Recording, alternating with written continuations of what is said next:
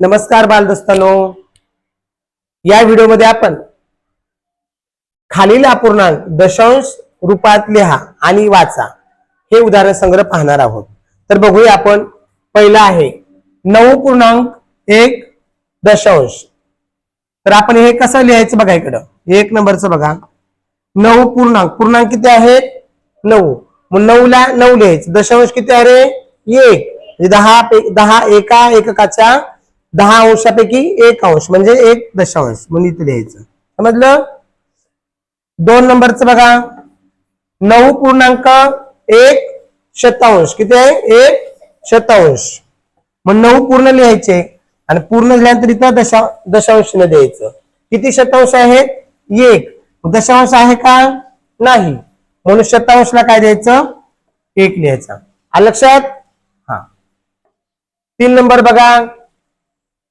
किती? 4 पूर्णांक, पण पूर्णांक किती लिहून टाकायचा असा। किती? 4 पूर्णांक लिहिला, त्यानंतर पूर्णांक लिहिल्यानंतर दशांश द्यायचा, बरोबर। आणि त्यानंतर मग किती शतांश आहेत? 53 शतांश। 53 शतांश म्हणजेच काय रे? 5 दशांश आणि 3, बरोबर। 4.5 असेच वाचन करायचं। चौथं बघा। किती आहेत? 78 शतांश। यालाच आपण 78/100 असं पण म्हणतो, पण इथे आपण दशांश अपूर्णांक लिहिलो ना, त्याला 78 शतांश असं सुद्धा आपण म्हणू शकतो।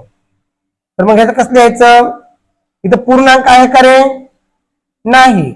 पूर्ण संख्या आहे का याच्यात? नाही, म्हणून 0 लिहिला पूर्णांकला आणि त्यानंतर दशांश चिन्ह दिलं।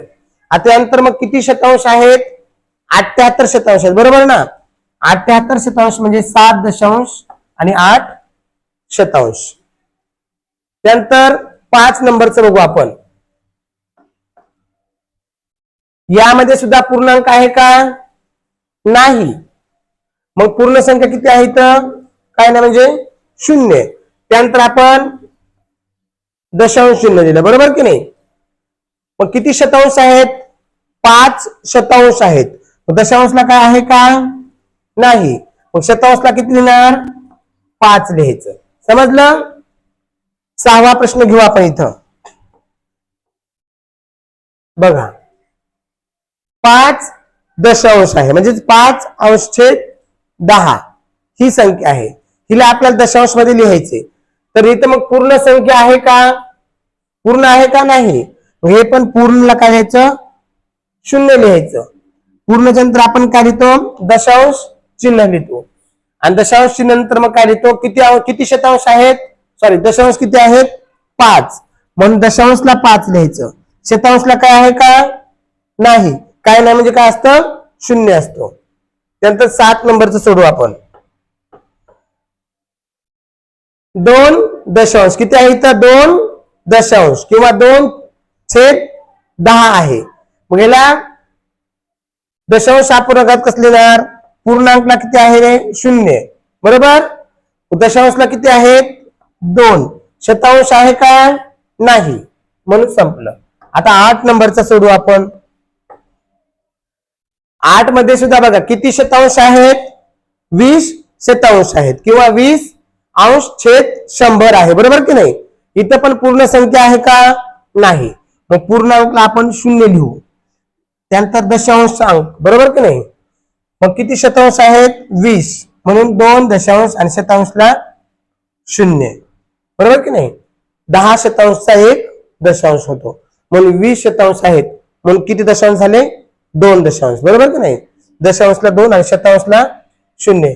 अशा पद्धतीनं आपण अपूर्णांकाचे दशांश अपूर्णांकात रूपांतर करू शकतो। याला आपण व्यवहारी अपूर्णांक सुद्धा म्हणतो। ह्या व्यवहारी अपूर्णांकाचे दशांश अपूर्णांकात रूपांतर करू शकतो। मी आता इथं काय वाचलं? 9.1 दशांश असं वाचलं। ह्याला तुम्ही 9.1/10 असं म्हणू शकता, बरोबर की नाही। किंवा 9.1/100 किंवा त्यालाच 9.1 शतांश असं पण म्हणू शकतो, कारण काय तो 1 शतांश आहे, बरोबर नाही।